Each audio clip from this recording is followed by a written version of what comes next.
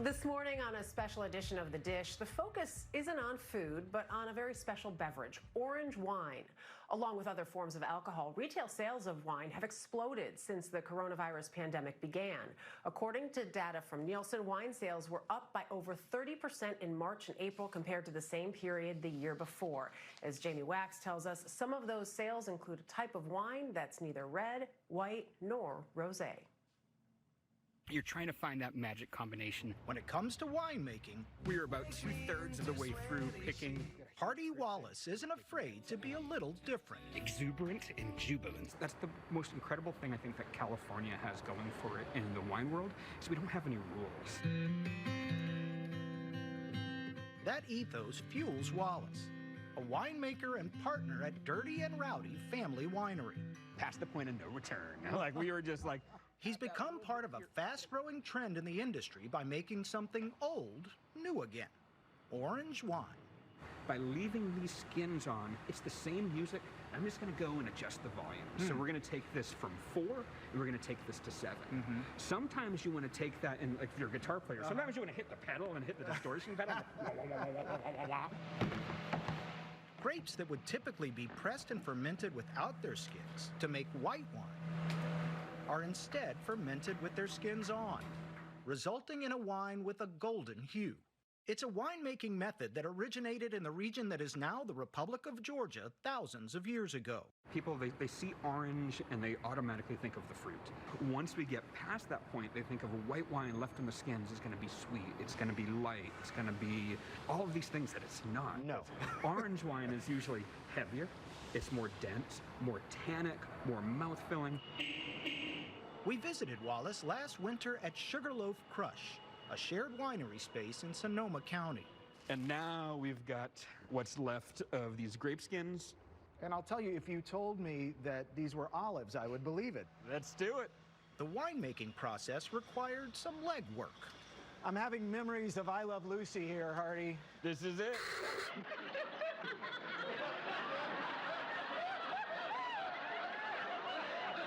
Just step in, you can put your butt right on the edge. All right. Okay. Wow. Oh, what a feeling. With all the automation in winemaking, why is it still important for this to be done by a human foot? A lot of people would say this is crazy, this is ridiculous, but they're making much larger quantities of wines. This is something, as I mentioned, this will make 600 bottles. Stomping grapes with you, it feels like we're part of an ancient ritual, an ancient process. That's the magic of it. So what do we have happening here? All those grapes that we had drained, that we had stomped, we're squeezing out that last 20% or so of juice that's coming out. While our grapes were in the press, we headed to the barrel room It's not orange. It's deep yellow. to taste the 2018 skin-fermented Simeon, Harvest 2018, in so many ways, the best one ever. named one of the best orange wines in the world. What would you pair this wine with? An empty glass. No, it is. I think that's the beautiful thing. They're so versatile. Like, you have this with scallops, and it kills it because we've got incredible acidity, but we also have just enough tannin to work with kind of that fleshiness of the scallop. You take this and have, like, a thing of chips and salsa, and, like, you've got a good night. I like your approach to wine, Hardy. To see a category like this, actually centuries old, suddenly get on the radar globally, how rare is that? I would say it's very rare. Sam Stoppelmoor is the wine director at Compagnie de Vins Surnaturel in New York, an outpost of the renowned Paris wine bar. Peter Vader Malberg, one of the great producers. We paid him a visit earlier this year to ask about orange wine's rising popularity.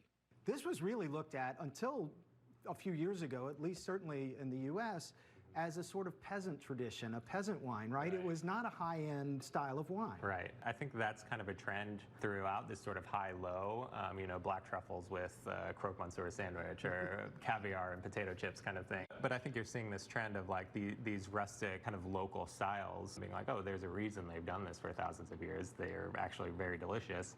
We tasted a few of the 30 varieties of orange wine Stoppelmoor offers here, including the Unico Zello Esoterico, a blend from Australia that retails at about $23. So good. That is fantastic. Yeah, there's just this energy to it.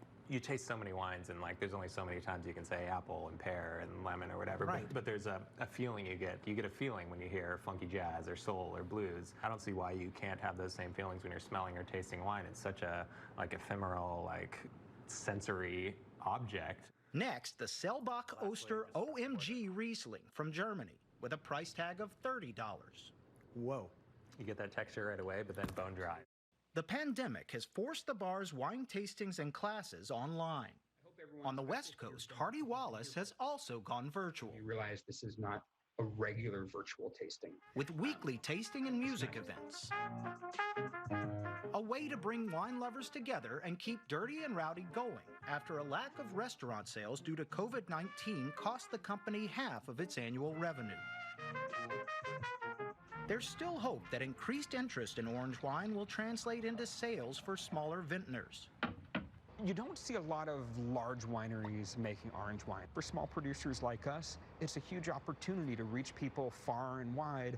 It's really egalitarian, where it's not a luxury product and it's not just a hipster drink. It's one of these things that I think allows people to have just a full body experience drinking a glass of wine. Cheers. To orange wine. To orange wine. Plenty of reasons for a toast. For CBS This Morning Saturday, That's the reaction. Yeah, no, it makes you want to dance. Jamie Wax, Santa Rosa, California.